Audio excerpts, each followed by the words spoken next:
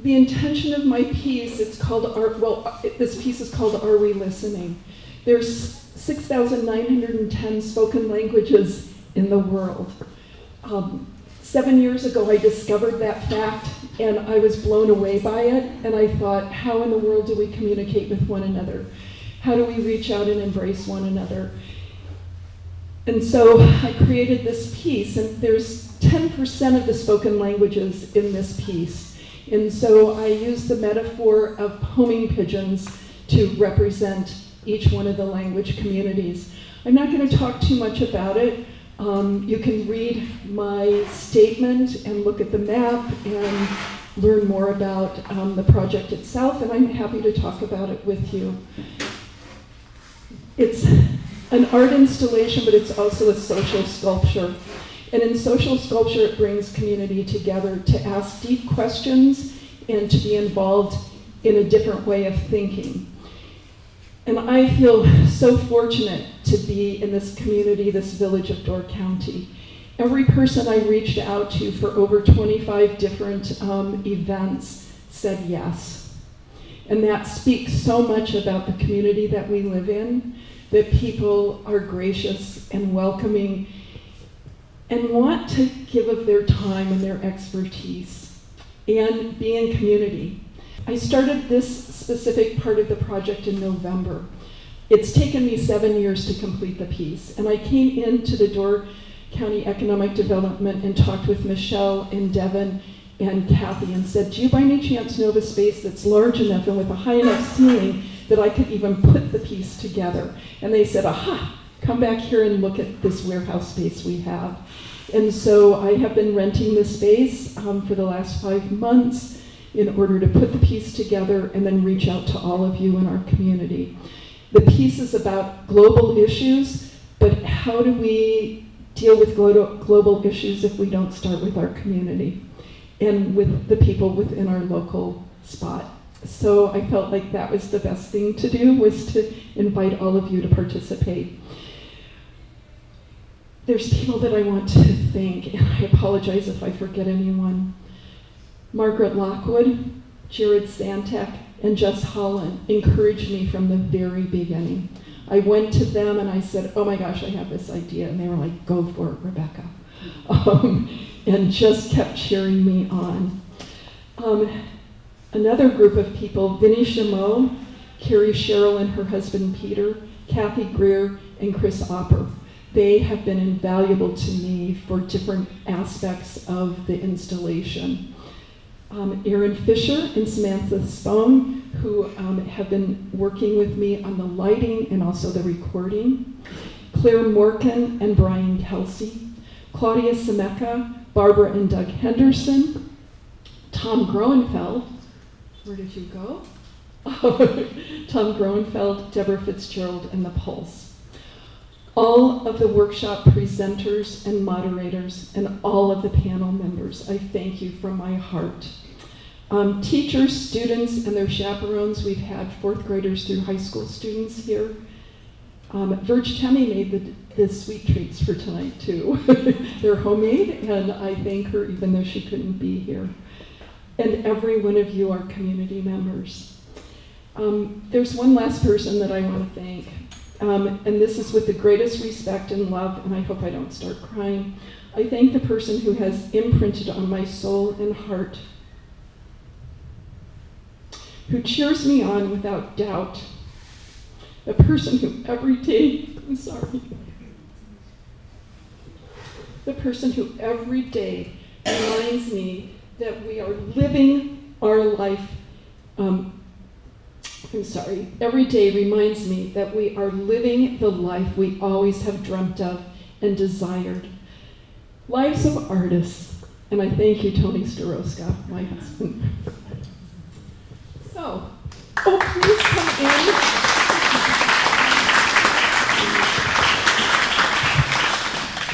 So moving on to our distinguished panel. Welcome to Listening to Door County Artists series of panel conversations. Many of you have experienced over the past 2 months the Tuesday evening conversations, listening to almost 50 of Door County resident artists. These very enlightening conversations are focused on the artists, giving each an opportunity to talk about their practice and for our community to listen. The conversations have celebrated artists in the following mediums: musicians, visual artists, actors, writers, filmmakers, and tonight, women visual artists. Thank you for joining us and learning about some of the artists who have planted seeds and established roots in our Door County artistic community. Tonight is the final conversation in this series. It has been my greatest honor to host all of you. Thank you. Our panel conversation celebrates the following insightful Door County women artists. The Women Visual Artists panel conversation will be moderated by Elizabeth Meissner-Gigstead. With 20 years of art management, Beth is the passionate executive director of the Miller Art Museum. The accomplished panel members are Lynn Gilchrist, a painter who loves to find extra colors in nature and to examine the inner lives of beings, both animate and inanimate. Angela Lensch, a three-dimensional fine artist creating woven metal jewelry, kinetic sculptures, and mixed media mosaics. She is the owner of Angela Lensch Gallery. Pam Murphy lives on a 10-acre farm, and when not in the studio painting, Pam spends her time caring for chickens, ducks, geese, dairy goats, and vegetable gardens. Renee Schwaller is a potter and owner of a 1900 barn and granary, which she has restored in his home to her off-the-wheel pottery. Marian Sisolak, whose life journey has been rich and varied, is a painter working in different mediums to express her inspiration. She is the owner of Turtle Ridge Gallery. And Stephanie Trenchard loves to swim in process through casting, painting, or writing, exploring gender, motherhood, or creativity. She is the owner of Popelka Trenchard Class. Thank you, and I'm turning it over to Beth now.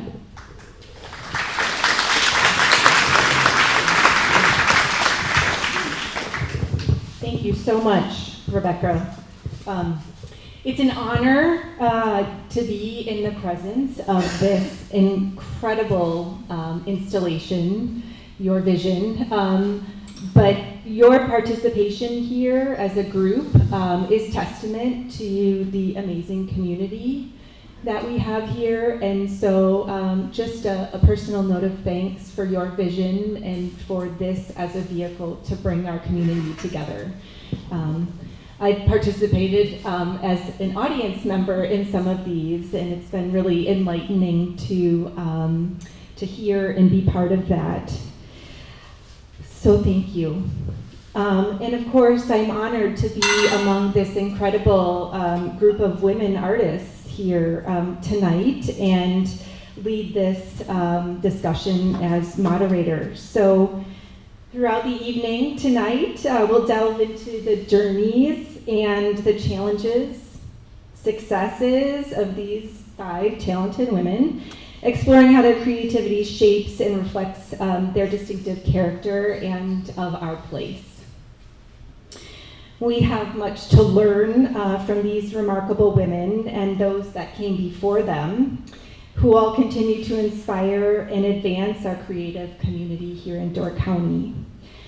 Historically, women artists, including, and I'm going to name some here, and Chris Vuko, thank you, Chris, actually gave to me prior to our starting tonight a Door County Women Artists Open Invitational that we did at the Miller Art Museum. Bonnie, you probably remember this well. The reason I bring this up is because the short list of artists that I created, the women artists that I'm familiar with, doesn't do it justice to all the women that have influenced this community in immeasurable ways. But I'm going to name some of them. Vida Weborg, Jessie Kalmbach Chase, Alice Holtz Opfelbach Myers, Betty Becker Withal, Madeline Turtelow, Carol Gresco, Doris White, Celia Ewell, Ellen Topelman, Ruth Philippon, Amanda DeWitt, Blanche Cleggett, among many, many others who, with their entrepreneurial spirits, paved the way for us. With that, I would like to begin our conversation this evening, and I want to start by exploring your interest in art. At what point in time did you know you wanted to be an artist? And Stephanie, I think we'll start on that end. I thought for sure you were going to start on the other end.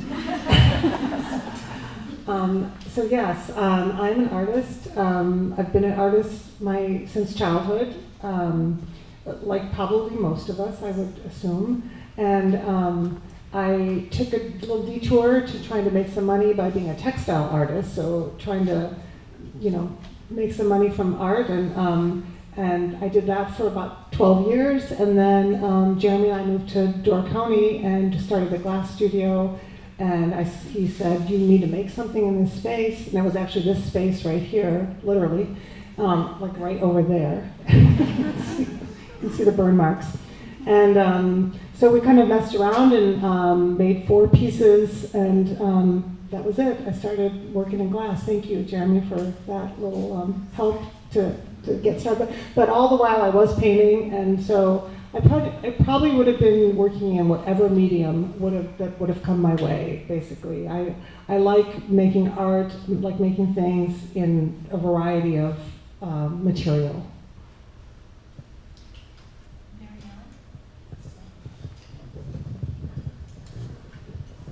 Well, I think I was 5 and I decided I'm going to be an artist. And I didn't waver. So I wasn't very good at anything else. So I always, that's all I ever did. And I was grateful. I had so many wonderful people along the way.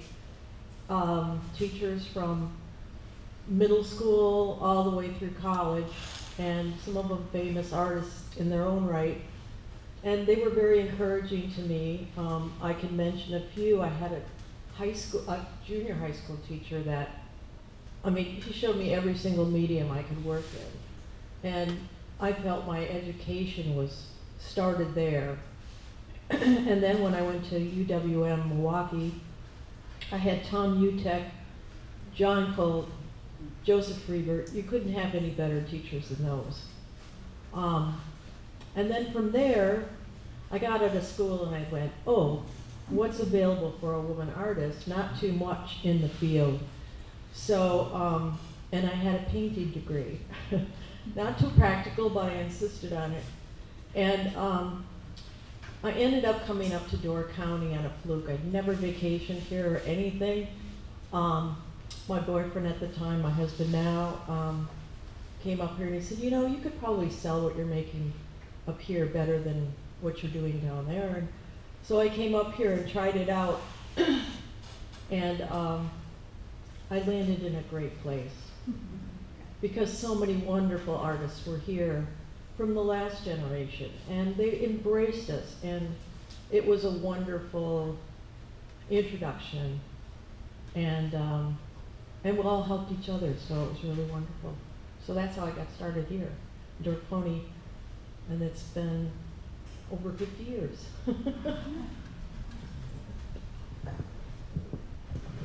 So when I was a young girl, my grandparents had a cottage in Crivitz, Wisconsin, and we used to go often, and it was beautiful. There was woods everywhere, a lot of wood ticks, and I probably would have rather have been home with my friends, but went with my family. We had not much for TV and didn't have internet or anything, so I brought my sketching stuff, and I think I must have been about 14 years old, and I drew a picture of John Taylor from Duran Duran in the kitchen, sitting there while everyone else was playing cards or something, and I'm like, wow, I can draw.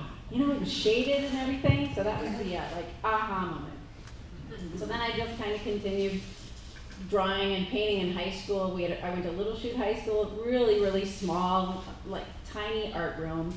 and went to college for communications because I thought, how am I going to make a living in art? But every summer I'd come to Door County and stay in my parents' cottage and work at the cookery restaurant. But one year I took a dance class from Jane Cacombe, and she knew I loved art. I used to sew my own clothes and sketch a lot. But so she said, would you like to work retail at the gallery? And I'm like, that would be awesome. So I think I worked at the gallery and I think at the restaurant at the same time. But I worked there for 2 years, and just being exposed to pottery every day, like dusting it and learning about it and interacting with the customers, I just like fell in love with it. I had never touched a potter's wheel or clay hardly in my life, and I decided to go back to school for pottery. So I went to UW. I have a degree in communications from Milwaukee, took a few art classes. But then I went to Minneapolis, to the U, and just took a year of art, just mostly clay. And then I went to Hawaii for a semester and took art classes there. And then I came back with my husband in March. He had never been to Door County. He's like, what are we, like nothing was open. Everything was quiet and dark and dingy. But anyway, he said, okay, I'll go with you. And we found an old farmhouse with a little granary in the back. And yeah, we had a lot of vision because the place was really scary at the time. But we fixed it up and had a gallery there. And I must segue back a tiny bit because I did also work for Mary Ellen Sisolak when I was in my early 20s before I had children, doing some like kind of accounting work, a little bit, bookkeeping, cutting leather, and I learned so much from her, how to run a gallery, how to be with customers, back of the house stuff. So anyway, and I learned a lot from Jinka and Abe, and from Margaret encouraged me to open my gallery. I just walked into her gallery one day and I was just talking to her, I was young, and she said, well, what do you want to do with your life? And I said, really, I'd like to open a gallery someday. And she's like, well, just do it. It's like all I needed was just that little bit of encouragement from someone who was established. So I did it. Anyway, there we go, 26 years later. So, okay.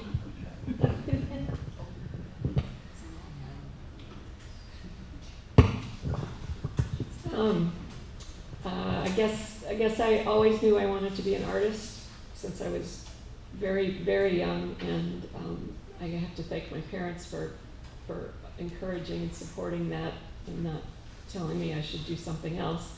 And then I fortunately had some teachers along the way in high school and that really kind of encouraged me to, go ahead and do that. I took a little time off after high school, wasn't really ready to make the commitment yet, and then eventually, when I got serious, went to Rhode Island School of Design, got a bachelor's degree in painting there, went over to India to Vishva Bharati in Shantiniketan, which is near Calcutta, and got a master's degree in painting there. When I came back, I said, well, I guess I can live anywhere. And I'm not a city girl. I didn't want to live in a city, obviously, with my farm. But anyway, so I think fate brought me to Door County because, again, I never really had any connection with my family, didn't vacation here. But I ended up here, and for a lot of reasons, which maybe we'll talk about later. But it has worked out better than I ever could have expected. So that's kind of how I got my start.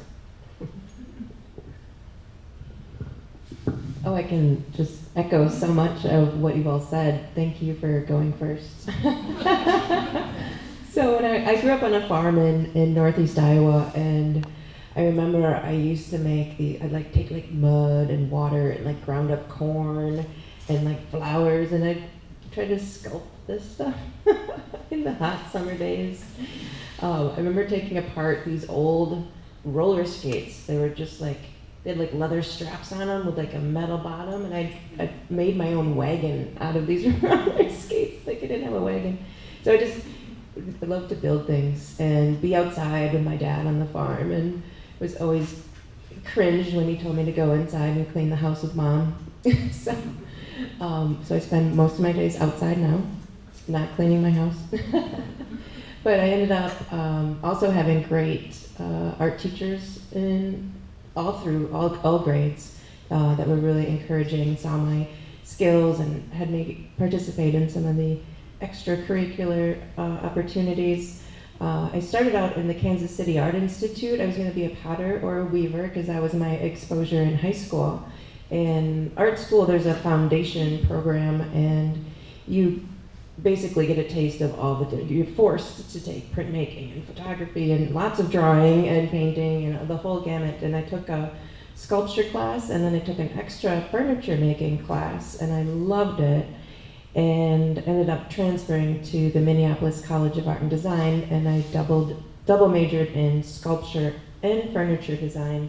So I found Door County in 2001, and one of my high school friends was living here, and I came to visit, and I just totally fell in love with the place. It definitely was fate. I was literally dreaming about this place before I came, and then saw all these signs, and after I graduated, I moved here, and that was 22 years ago. So.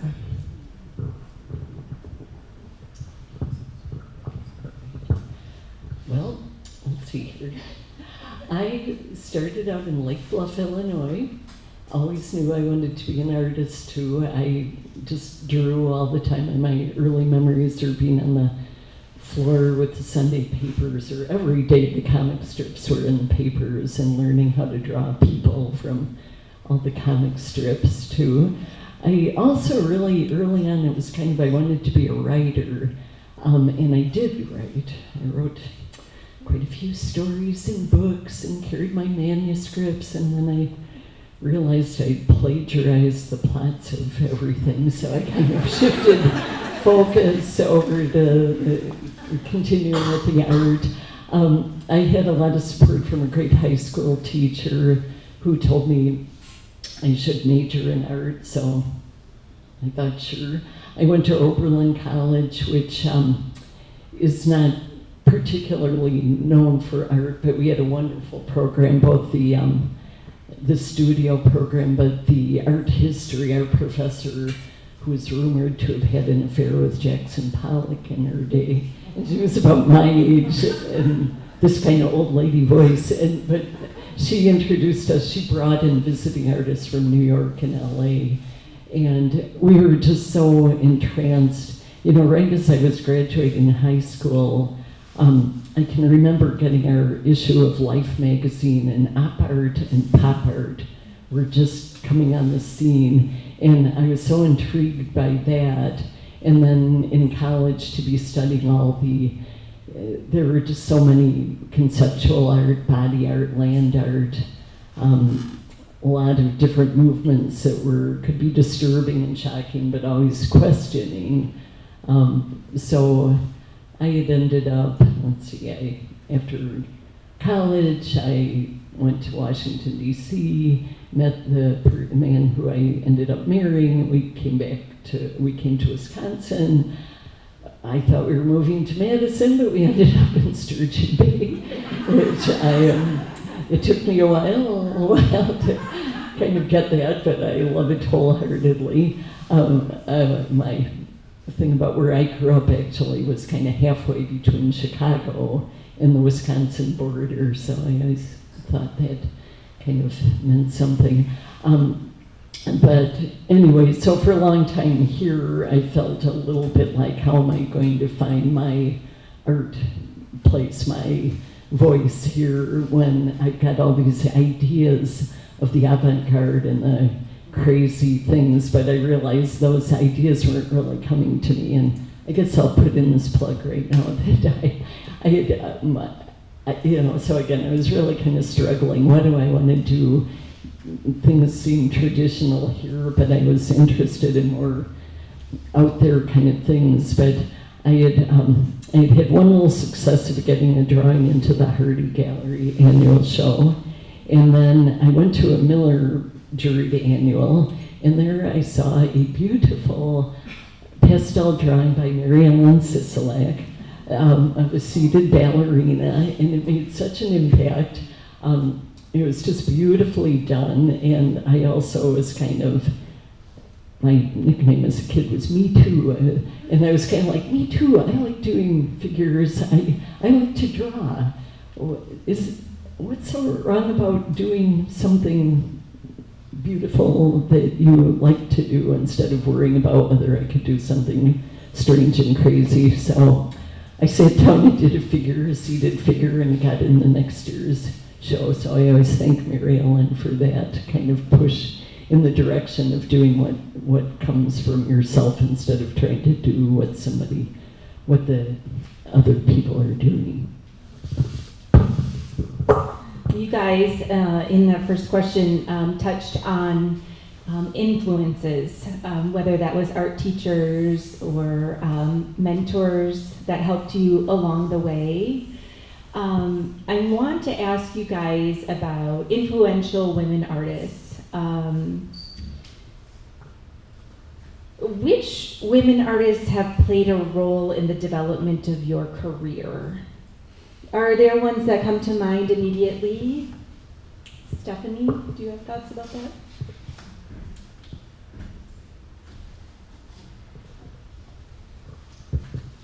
Lynn, I think it's funny you were talking about beauty, because in the 80s when I was in art school, I had a woman teacher, and she was from New York.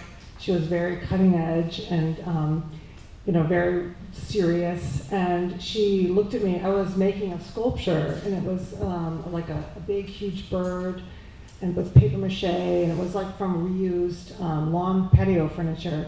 And she said, and I said, well, I wanted to make it beautiful, like a Renaissance piece, but made with this garbage. And she said, women are always trying to make beauty. You shouldn't make beauty. And I thought, oh, okay. That was pretty tough. It took me a while to get over that and to get back to beauty, but I think that is something that is challenging for women artists.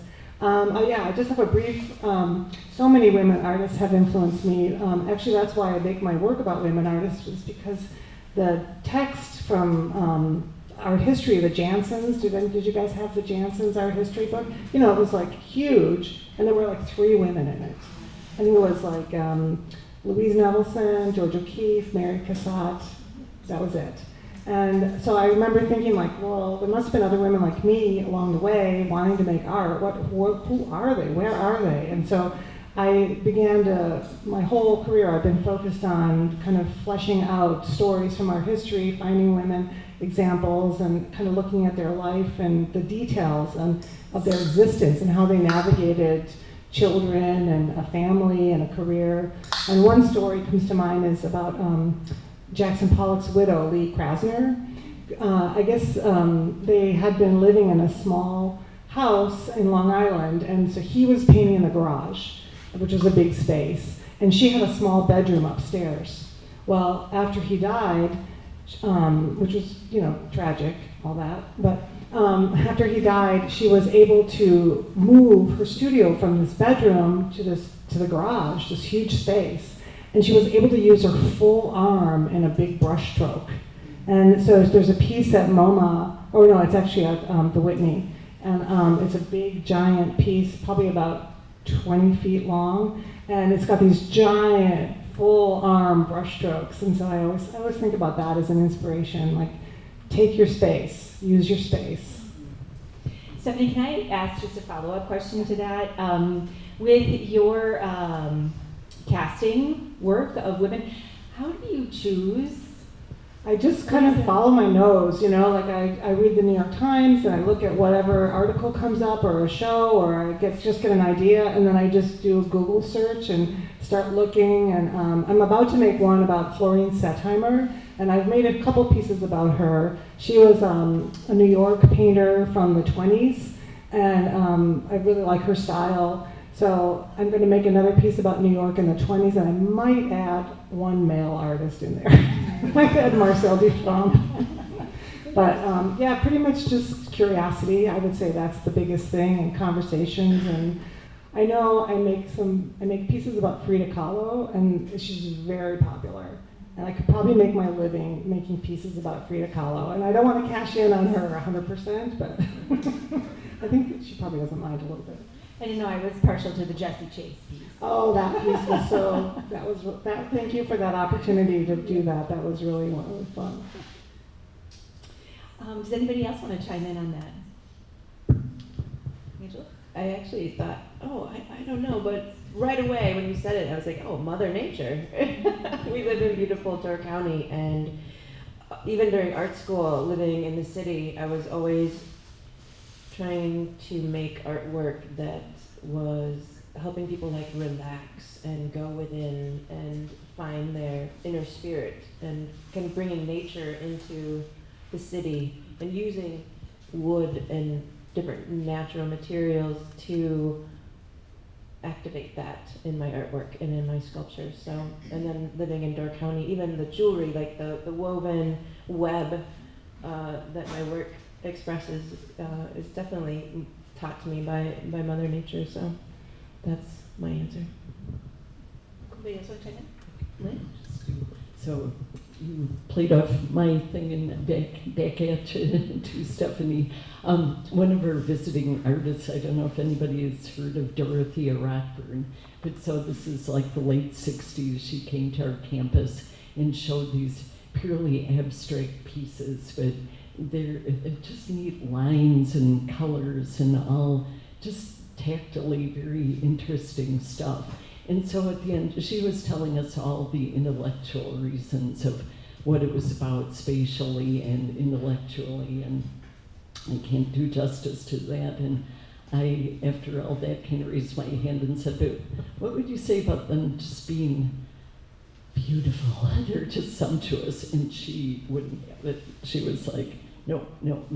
It kind of a sign of the times, I think, then, too, as you're saying with your teacher, just beauty in women. We have to be stronger, tougher, and not have beauty. But luckily, there's a lot of coming back around from that, too. So I could give one of local. I mean, everybody here influences me, and out here there, every woman here is some functioning, beautifully working artist. But I always think of my former bossy originator, Sarah Bradley at Artists Guild, when I thought I was going to get back to oil painting.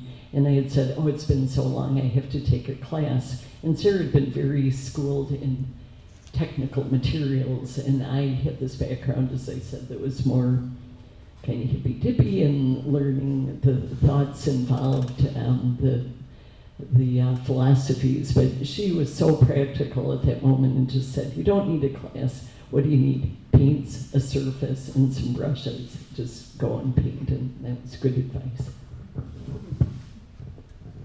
Well, everything that Stephanie said really rings true, and everything everyone else said rings true too. And I think I would pick a number of different artists for different inspirations. Frida Kahlo for her gritty, underline, just throw it out there, And Hilda Abt Klimt for her spirituality and showing what is inside her without any kind of subject matter, but just the spirituality. And what Angela said about Mother Nature, that's an inspiration to me. And Mary Cassatt for the pastels I used to do. And the richness of those colors and the light play. There's so many artists that influence myself, and I'm sure all of us, and for different reasons. And one of the things that I think comes through in my work is that I live in a beautiful place. It's very pristine, and nature's right there outside my door. And I can just look at a little tiny leaf and be inspired. Or I can look at the big picture and be inspired. Something like, the moon coming up. So I think I'm really lucky that all of those artists are available to all of us on the internet so we can see their work and also in museums. So, and all of us inspire each other, I'm sure. I feel that way.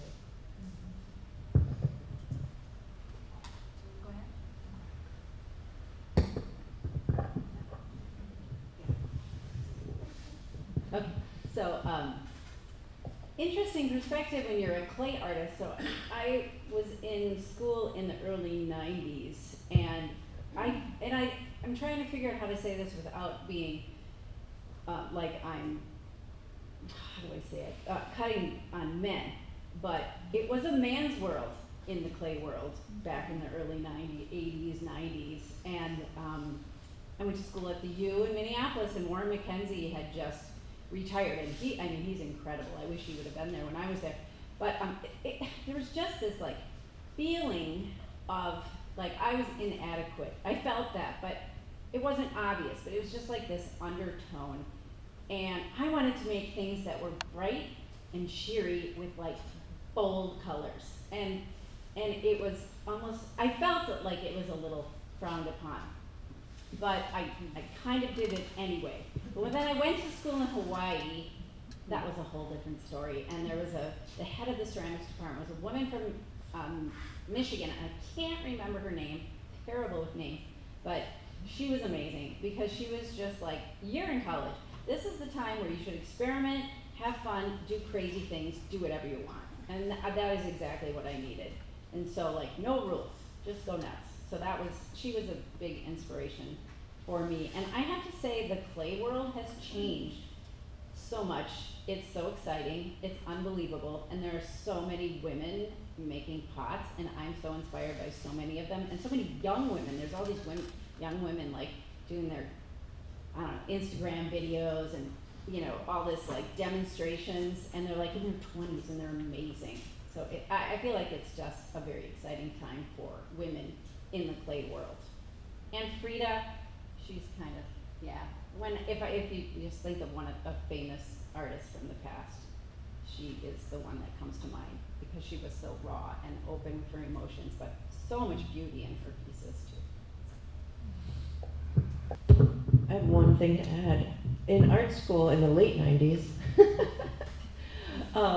women dominated the sculpture and furniture program. And I remember our male professors, and we had one younger female professor come in, but they were just like, wow, this is a big shift going on here. And the girls are dominating the curriculum too. We were just really working together and producing a lot. It was just a really fun shift to see. So thank you all for paving the way for that and inspiring us all. And it was really neat to be part of that movement, I guess, of women in 3D. It was really exciting. And coming to Door County has been just a continuation of that for me. So a second thank you to all of you for paving the way. And it's just such an incredible art community to be a part of. I just look around this room and see all of the many artists that I have talked to and been inspired by, and probably had my work in their galleries, and it's been such an incredible journey, so thank you. I have a thought on that, but Pam, did you want to answer that question before we?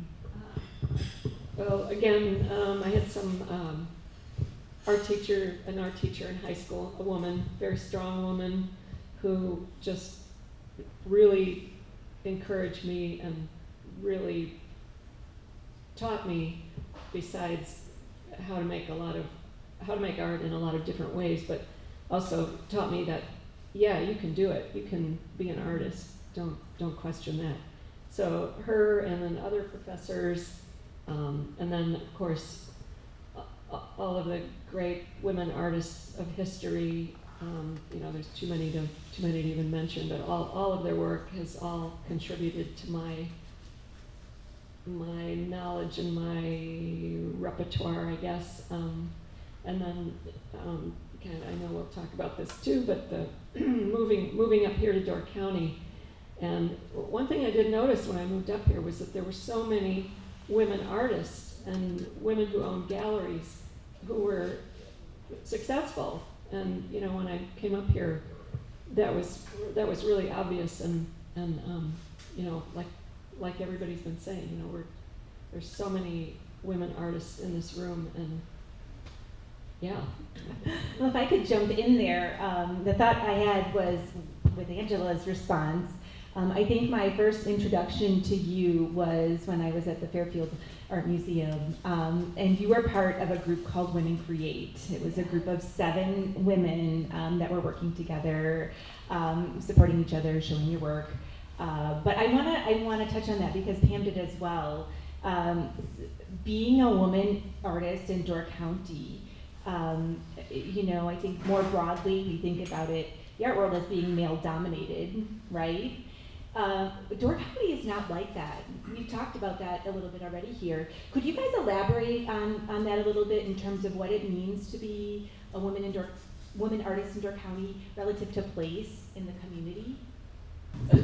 Well, I guess I'll continue, but and say again how when I first came up here, I went around and went to a lot of the galleries, and like I said, there were so many of them were owned by women and run by women and showing art by women, and I just thought that was wonderful, and it was, you know, I noticed that, and. Are there specific ways that you as an artist have felt supported by other artists in the community? Well, again, when I came up here, everybody was extremely supportive and encouraging and said, yes, move up here, you know, come up here, live up here, move up here. And, you know, the community of artists has been really supportive and encouraging just from before I even moved up here. And then, you know, the community as a whole is so supportive of the arts up here. I know, like there's sketch nights and exhibitions and things like that, you know, outside of the network itself. I was just curious if there were additional things that helped sort of propel that. Stephanie? Yeah, I think it's extremely accessible. You know, it's not a really high-end art market up here. You know, it's very accessible for everyone to buy art and to sell art, and so it's very comfortable, and it's also easy to be an artist here and to raise your children while you're an artist. So there are a lot of advantages, but that said, you kind of lose a little, you become kind of seen as provincial a little bit on the national level, and, you know, so you kind of have to toggle, you know, between that. I'm sure, Pam, you have that experience because you show nationally as well. And so I think just to be a Door County artist is kind of a double-edged sword to be seen that way. So you kind of want to go back and forth on that. But it is definitely an easier place to be an artist for women. Mm-hmm. Yeah, there's just so many opportunities. You know, the Women Create group, Renee was in there. It was a real great, diverse group of women, and we really learned. We had structure on how to make our art our business, which you think would be taught in art school. I don't know if you guys, I didn't get that. No. So like, the first thing you learn is like 60% of your time should go into like business stuff, like emails and marketing and not, you know, you're like, wait, I'm an artist, I should be creating all the time. So that was a big takeaway from that group, and then having a group of women to just bounce ideas off, which led me to the BSers. I mean, how many of you have been to a BSers gathering in Door County? I was honored to be like the curveball 3D artist, bringing in like jewelry or a little sculpture when everybody else has like paintings and stuff. So it was really great, just how many opportunities there was to get feedback and bounce ideas off people and get feedback. All the different art galleries. I've been in Mary Ellen's and Margaret's and Jeannie's and so many. It's been an incredible experience. So those are a couple of my highlights. A little, just because as the elder woman here on the panel, when I got here, it seemed like there were just the guys, the older men, Gerhard Miller, and wonderful, dear people and talented people, Gerhard Miller, Jack Anderson, who actually gave me a little solo show, so he's forever dear in my heart, Jack and Sue, Austin Fraser, Phil Austin.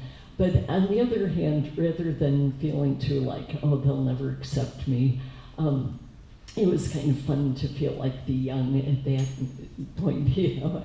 And I kind of always thought that till kind of recently. I think because it was so in there, I still kind of think of myself, I'm the young upstart. Well, maybe not, but I was at one point. So.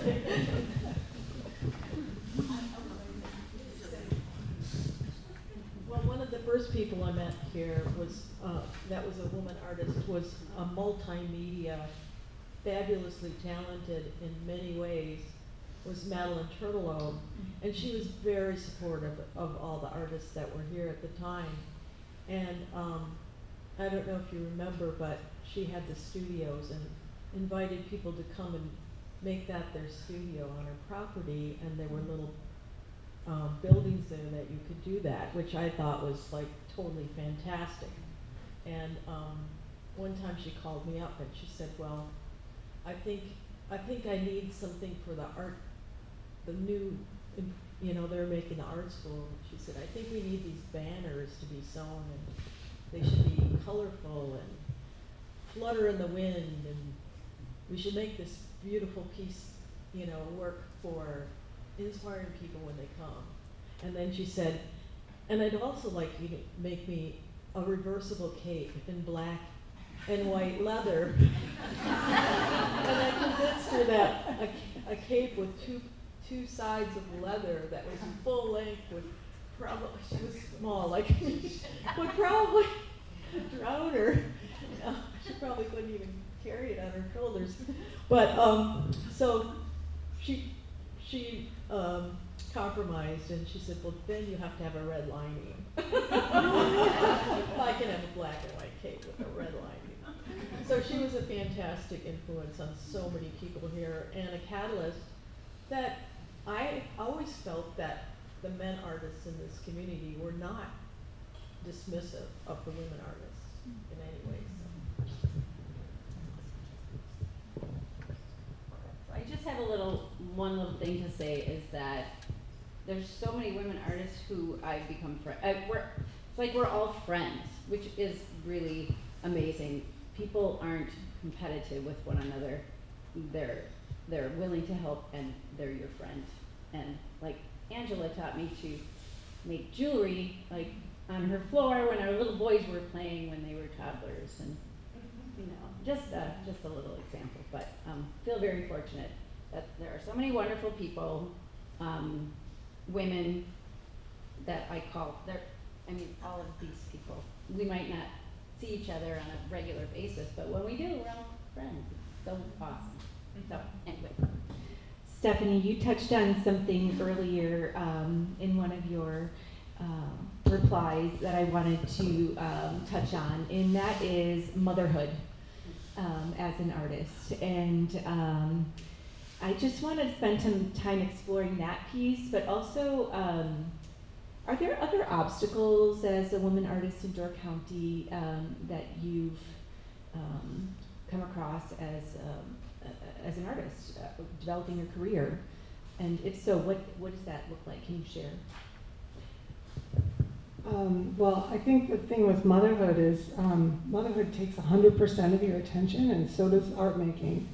And so as you have, and the kids are jealous of the art, and the art's jealous of the kids, and it just kind of is really tricky for a long time. And it's funny because I went to a conference on women in glass artists, and it was in Venice during the Glass Festival. And they had 4 panelists up, and I was really excited to hear about it. And then I realized none of them had children. And I thought, wow, how they can't really. But then I ended up befriending the woman who arranged the panel. We just kind of coincidentally were riding in a car together in the back seat, and I mentioned that I was a little bit incredulous about that panel. And she said, oh, well, I engineered that. And then she was sort of like, oh, I never thought of it that way. And then she had other reasons, like, well, maybe people can't have children, or, there were all other kinds of aspects to it. So it kind of made me rethink the whole idea about any sort of judgment with it. But it definitely does impact the business of being an artist, for sure. Does it make it richer? Possibly, I don't know, but it definitely impacts it. I can't say one way or the other in the end. As far as time management, that's tricky.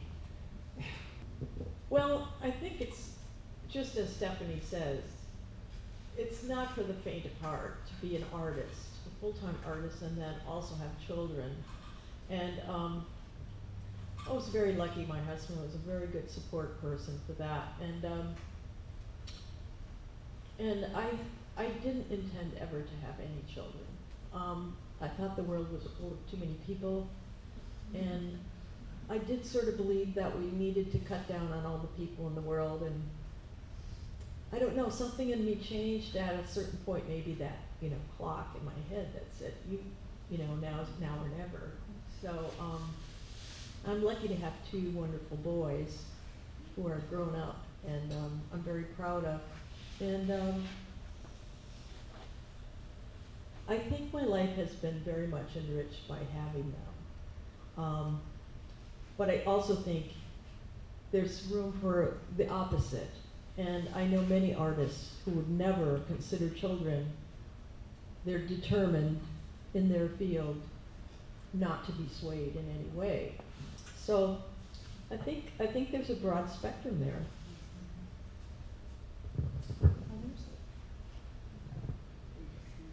If you want to. Yeah, I feel very fortunate to have a very supportive husband as well, but he was gone every day working full time, and I was, raising kids, doing the gardens, making pots, and helping customers. So I thought I was just going a little crazy. My kids are grown up now, and I think it was also very nice in the other aspect, as I was always there for them. If they were called, they needed to come home because they were sick from school, I was there. So it can be a big challenge having a gallery at your home, but it's also nice for those reasons. And my daughter, I won't put her on the spot, she's sitting over there, but she would sleep 6 hours a day when she was a baby. So I just put on the little baby monitor and go out into the studio. So I was lucky. But I wouldn't change it, but it was wearing a lot of different hats for many, many years. Having my son really grounded me and solidified my sense of place, and I knew this is where I'm going to be. And that sense of grounding, I think it was crucial. I look back at it and I didn't realize it at the time, and now I don't know if I would have stayed here forever or for 20 some years now. Being a mother has been very grounding and beneficial for my life, for sure. I would say that it took until I had my daughter to really realize that there wasn't going to be some time in my life where suddenly I would have the time to do everything I wanted to do. I lived for a lot of years of just thinking like, one of these days I'll get at this or do that. And then I realized like, nobody's going to give me time. I will have to make the time. So that a million other things have been wonderful about motherhood, but you just do kind of adjust. And I know there was one more thing I was going to say. I'm the strong minority here in that I do not have children. I have lots of other things to occupy my non-studio time, but I don't know how you guys did it, but I guess I never really had a real strong desire to have children, and focusing on art, maybe that was what replaced that in my life. I don't know, and I guess it's a little odd, because I paint a lot of children in my work. So anyway, but I just wanted to say that I don't have children, but and I guess I'm a minority for sure. Stephanie, did you have something to add? Yeah, I will say, every time I look at a biography of any woman artist, I go right to see, okay, when did they have kids and how did she do it and where was she showing? So I can tell you, Alice, like I can tell you everybody what their personal situation was. I'm always super curious about it. So that's a big part of the story for me, is how they managed it. And sometimes the more famous they are, the more worse the child's life was, and so that gives me a little bit of like solace about not showing it. Not have any work in the museum, because my kids are doing really well.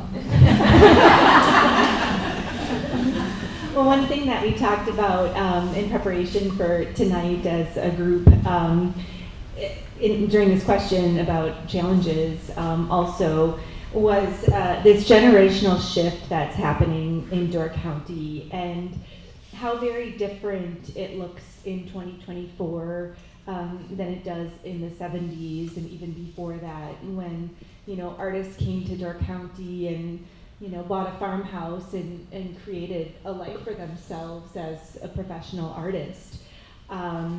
You know as well as I that the property values are much different. There's many established artists here.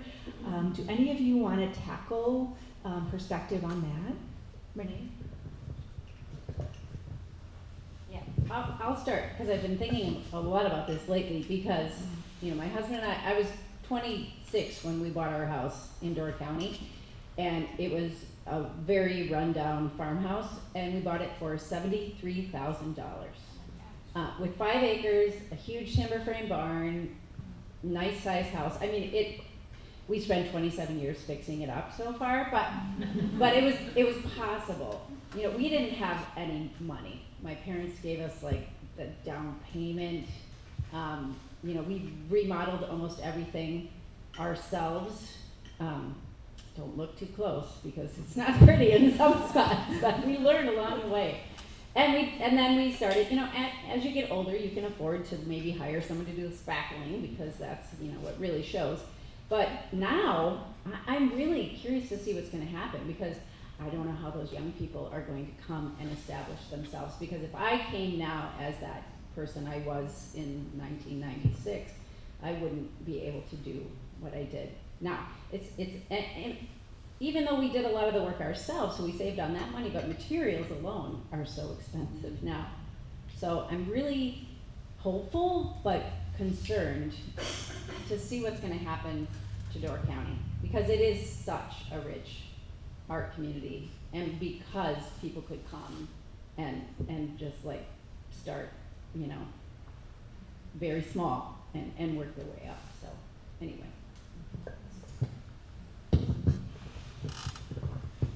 I think there's lots of creative solutions besides land ownership that we can kind of focus on, but I think there's a strong feeling of mentorship that's going on. We have a young woman, Chelsea Littman, who's been with us for 8 years. She moved here from Cleveland. I know Margaret mentors people. She kind of mentored Monica. She's not super young, not as young as Chelsea, but I think that it is happening. I think people are mentoring younger people, bringing them in here. I think that we need to do that as a community. I think that's vital.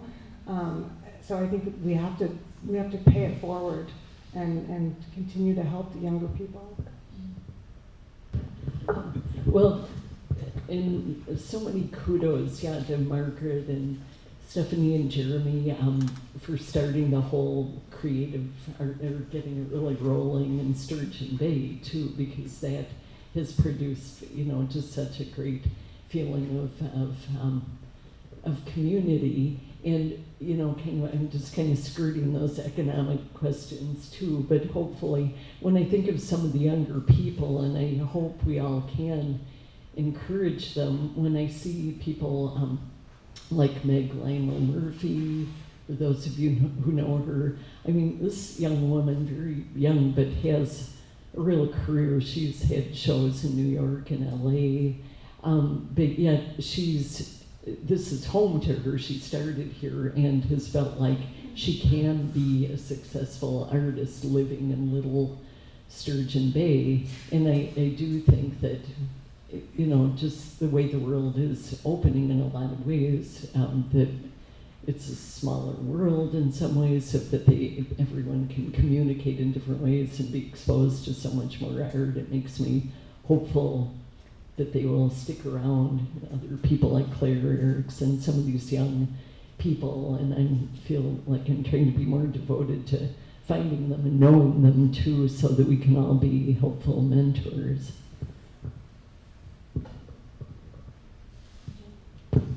Yeah, I was just talking with a friend about this and just brainstorming about how to, get a group together. Maybe there's property to buy to create more of like an artist co-op where artists can come and live, and but then you think about like long term. So there's conversations going, and I'm almost looking around at this wonderful group being like, maybe Rebecca planted a seed and we should continue this conversation and try to find some solutions for this, because it's serious. And even as a younger artist in this community, it was not easy to buy my property, and it was such a gift. The owners let me do a land contract. Like, who does that anymore?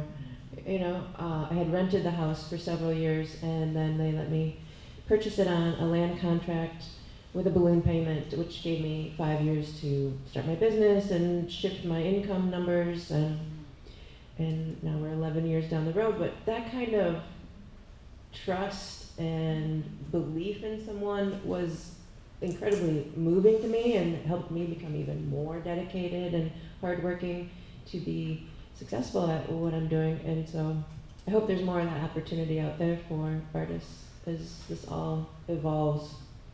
Yeah.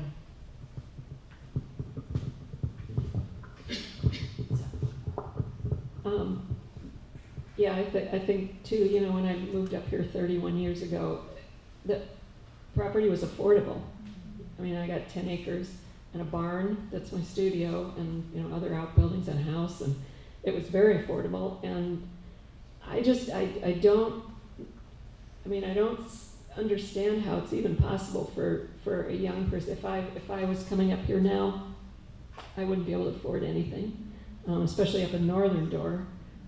And I don't know what solutions there are to help. I mean, the mentoring is great, but for somebody to find a place to live up here, and that's a problem all across every industry in Door County right now. There's just no place to rent, and then to find a studio space, I don't know. But I don't know what kind of solutions there might be, but I drive around up there, and there's that Shopko building that's empty. I mean, why can't that be repurposed and turned into studios or studio live spaces or something like that? I don't know what sort of thing would grant or somebody, what it would take to make that happen. But I'm sure there's plenty of empty buildings around, spaces around Door County that might be repurposed into studio space for some sort of subsidized rent, so that young emerging artists, because there's so many opportunities to show your work up here as an emerging artist. I mean, everybody's so, like I said, so welcoming and encouraging, and there's the Hardy, the Miller, and all the juried shows, and then all the galleries up here who are willing to show young emerging artists. So there's opportunity. There's artists up here who are willing to mentor, to help, to encourage. But it's, to me, the biggest problem is the property, like just being able to afford living here, finding a place to live. I love that you mentioned, like the Hardy Gallery and the Peninsula School of Art and the Miller Art Museum, because that does play an important role in connecting with people and being seen and collected, in an institution, like an art museum. So, and there's residency programs now. We have the Miller Art Museum, have the Alan McEquillan Dome House residency.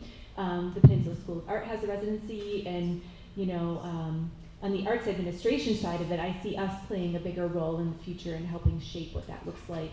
Because I think it's a really exciting time to be in Door County. There's so much evolving in this cross-generational, the mentoring relationships. And so it's all a really exciting time for us. And so With that being said, I want to launch in and think about and ask you guys what your hopes for the future of women artists is, and that could be beyond place here.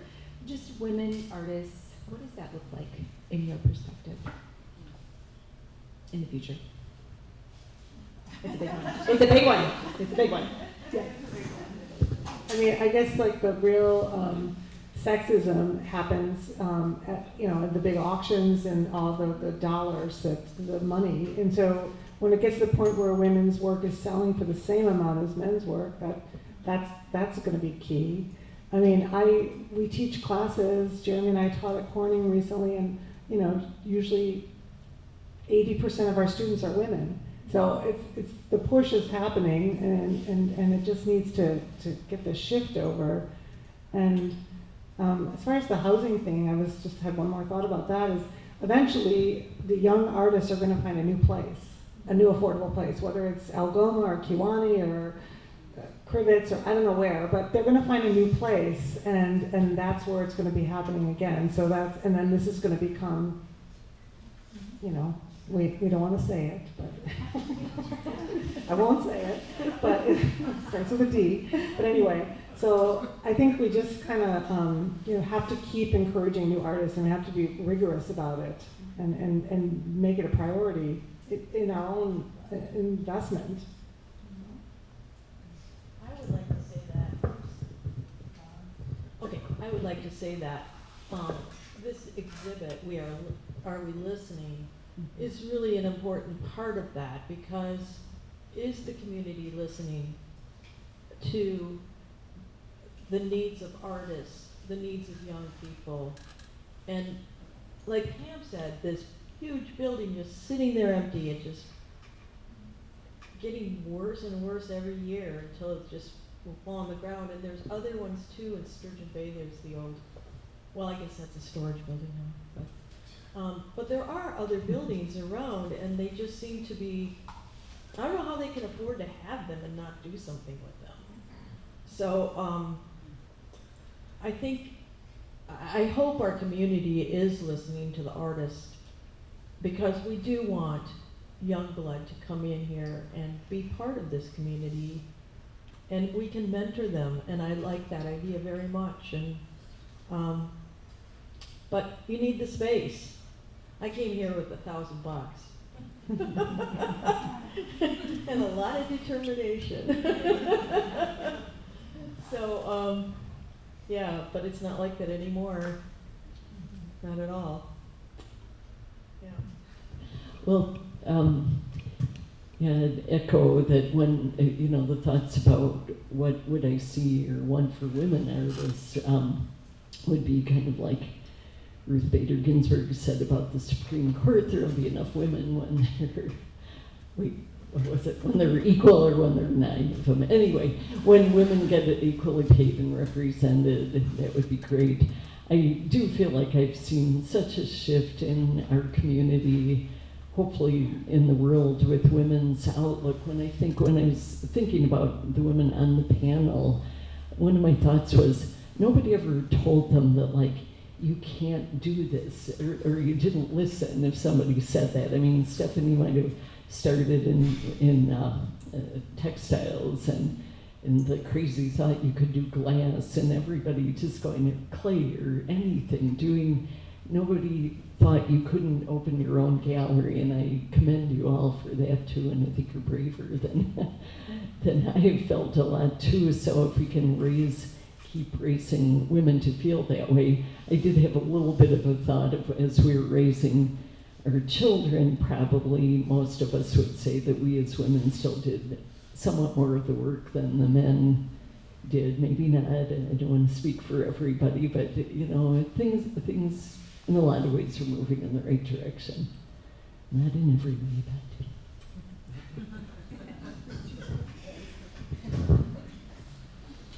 Does anybody have any final thoughts on that question?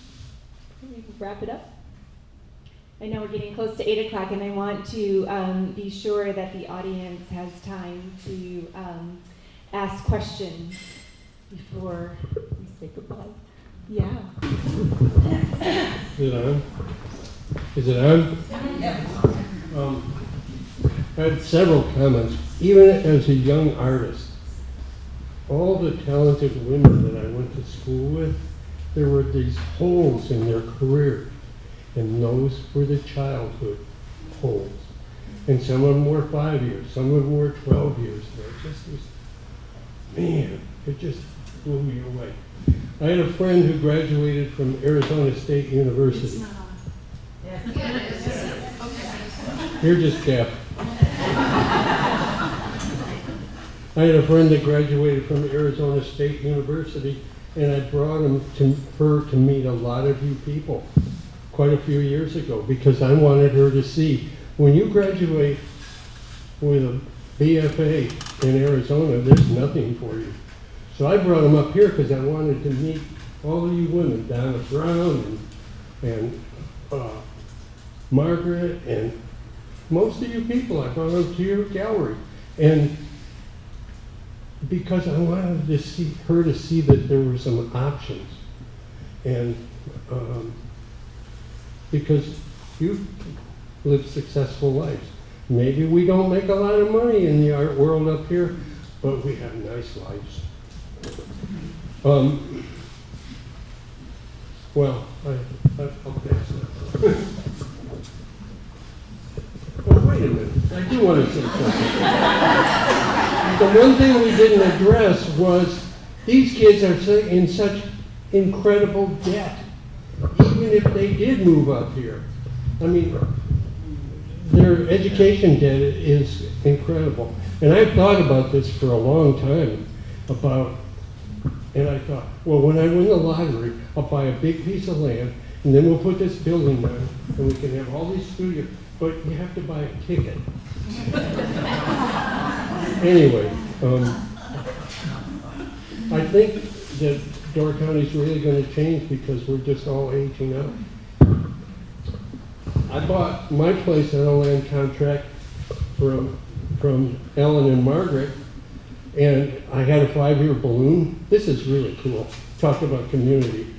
And then I tried to refinance it, and no bank would touch me because it was both commercial and residential. And so finally I went and talked to Ellen and Margaret, and Ellen said, why don't you come to me sooner? I'll extend your thing. And then he said, oh, and you're paying too much interest. I'm going to cut it.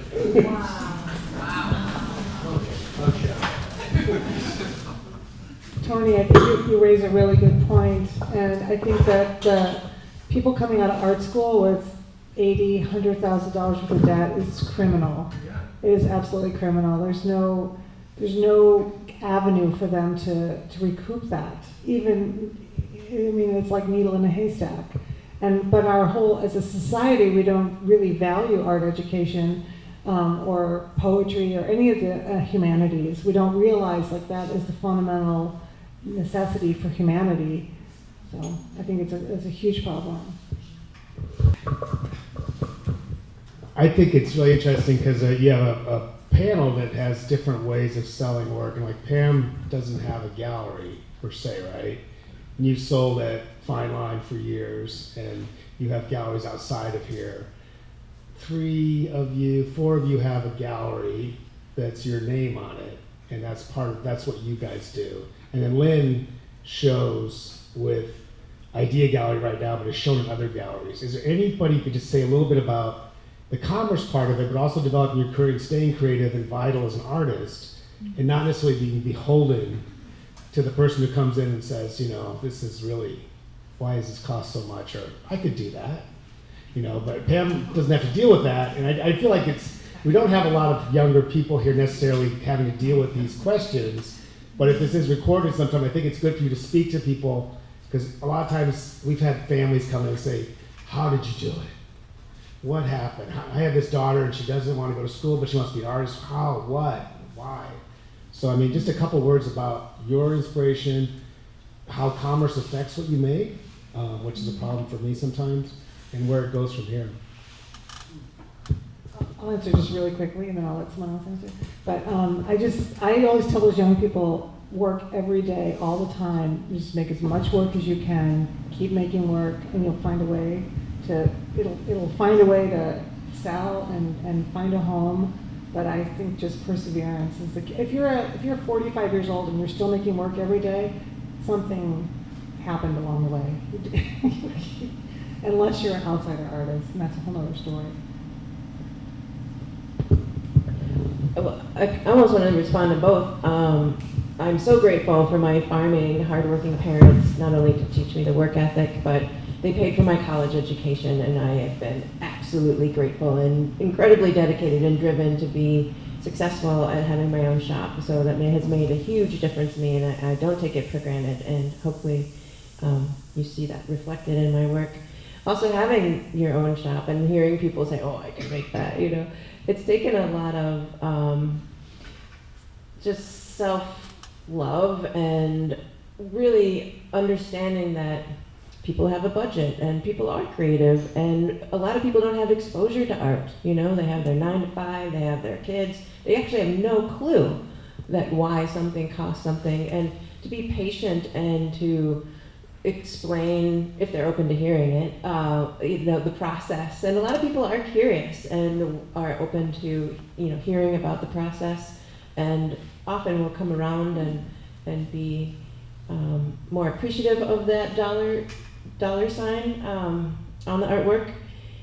And I think having an art gallery too is a big psychological study too, because you never know who's going to walk through your door and what mood they're in, and if the couple is like fighting, or you can really pick up on a lot of what's going on there. And so there's just the art of sales and people skills is fascinating. To be able to talk about yourself and your work, I think you really have to love what you do to authentically be able to talk to people about it without seeming like selfish or egotistical or something like that. So those are just a couple of the points that came to my mind.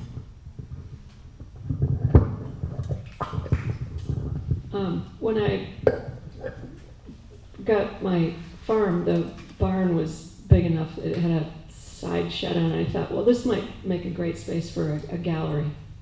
And I pretty quickly realized that I did not want to do that. I did not want to be open to the public, and I just wanted to go out there in the studio and make art and not have to, kudos to all of you, deal with the public, and be interrupted constantly. And I was fortunate to make some connections in Chicago with galleries and showing very early on, shortly after I moved up here, and it sort of snowballed from there. So like I said, I was very fortunate to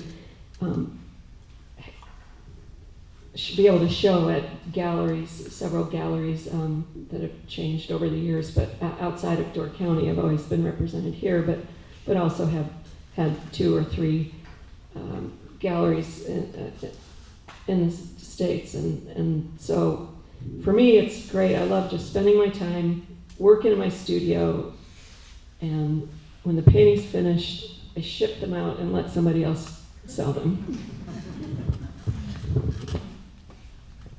So owning a gallery is tricky because you have, if you're an artist and a gallery owner, you have 2 jobs. But I love both of those jobs. So, I love the people I meet. It's incredible. If I could just sit and talk to people all day and sell art, that would be just awesome. And I, over 26 years, have developed the most amazing relationships with people. They come back every year, they bring their kids, you see their kids grow up, then their kids come with their kids. I mean, it's incredible. You're a counselor, it's amazing the conversations people will get into with you with a perfect stranger, but it's kind of an honor, actually. But it's very challenging to do both at the same time. I have a hard time when people come into my gallery and I don't have what they want, because I don't have the time to make it quick enough because I'm helping customers or I'm managing all the other artists I have. That's a difficult part of trying to do both, because I don't want to disappoint people. But, oh, the other reason I love having a gallery is because I never wanted to, this is to what was Jeremy was saying, I never wanted to make what other people wanted me to make. And now I'm being oxymoron because I'm disappointing other people when I don't have what they want, but in a different way. It's like, I want to make what I want to make as far as like the forms and what I put on them. And so if I don't have my work in other galleries, I just have to like be my own approval, which is, I'm pretty picky with myself, but I can, that's kind of why I started my gallery, I think, because I just wanted to make what I wanted, and I didn't want anyone to say no. Yeah.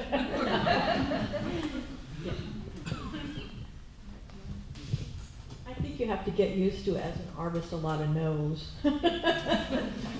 But, yeah, so many young people in their teens and younger even are just so interested in art that come into my place, and I always want to tell them, don't listen to those people that say you can never make a living doing this. Because I say, look at me, I did it, and it wasn't easy, but if you're really committed to it, you can do it. And there's other fields you can go into that have creative avenues that you can use your skills and creativity, that maybe you aren't a painter or a potter or something like that, but you can use those skills, and I encourage people to try that. Of course, I was too pig-headed to do that myself, but yeah. So anyway, yeah, having a gallery is challenging. It takes a lot of effort and a lot of time, more than you would think. And a lot of your creativity also goes into the marketing of your work. And I'm lucky to have a really great staff of people that help me. So it's not just on my shoulders at this point in my life. So I'm really lucky. So. Can I say one more?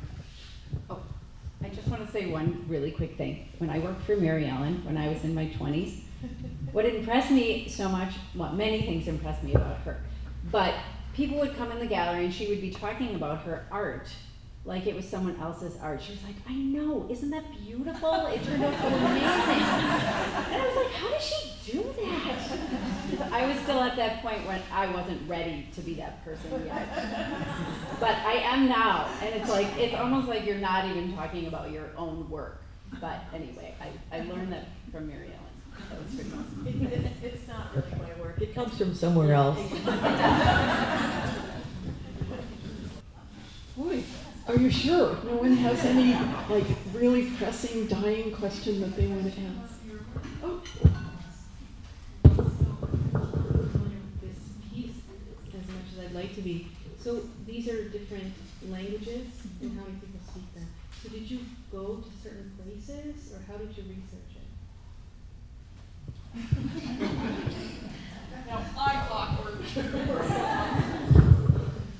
So 7 years ago, I read an article, and that article said there were 6,910 spoken languages. And so immediately I saw this huge piece that would have cost me $1 million to create. And I talked to my husband about that, and then I said, oh, I don't think I should do that. And so then suddenly this piece came in. And as Mary Ellen said, I think that pieces come to all of us, or ideas come to all of us in whatever form, if it's music, if it's writing, if it's food, if it's business. I think the universe presents things to us, and we either take it or we let it go, and then somebody else gets the opportunity to create it. And so I used a textbook to find out about every language, and I looked at every single language that's spoken in the world. And I selected this 10% based on if it was a language spoken from that country. So I'll use an example. People always say, oh, it's indigenous, and we assume that it's Native American. An indigenous language means that anything that's indigenous means it comes from the place that it originates from. And so if your mother language or mother tongue is English, if that's the first language you learned as a child or an infant, that language comes from England. And so I have a bird that represents English, and it's in the circle, and you're included in the number of speakers in that bird. And so in the bellies of the bird is a country, a language from that country, and the number of speakers. So I didn't go to all these countries or places, and my intention is to get someone for all languages to speak in their mother tongue, and I record them as well, so I can be completely inclusive of everyone, because that's an intrinsic intention for me, is to be as inclusive as possible, and that's why I said please sit in a circle. So I don't know if that helps. I selected birds or the languages intentionally for each one of the components. So it wasn't just a random throw it up in the air and put whatever languages together in each one of these components. There was intention with that as well. So you may look and see that English is facing a language from somewhere in the Pacific Rim where there's only 100 people speaking. And so the 60 million people across from 100 people is very intentional on my part, that we all count and that our voices all count. So, and all of your voices count in this community of Door County. And I have been inspired by every single one of you over the last 18 years. You planted seeds that you would never even know that you gave me, and this inspiration and this courage to be here in Door County. I'm gonna say something. I was in Boulder Junction with Tony, and we were in this little gallery, and I saw a postcard that had Mary Ellen's gallery, and this was 20 years ago. And this postcard had her gallery, and then her work was there. And I went, oh my, who is this person who works with intention and detail and beauty? And I looked at her studio space, and I said, I'm home. I'd never been here. And then Tony and I opened Judville Contemporary Clay Gallery Studio, and Renee was one, we sent out invitations for people to come to our little opening, and Renee and her husband came with these huge smiling faces to greet us. You know, and every one of you, I have a story for every single one of you of your graciousness and your welcoming to us 18 years ago. So thank you for being part of our community and sharing. And I know some of you were nervous about it, but your voices are so important. So thank you for being part of this. Thank you for all of you being here as well. You're sure nothing else to say?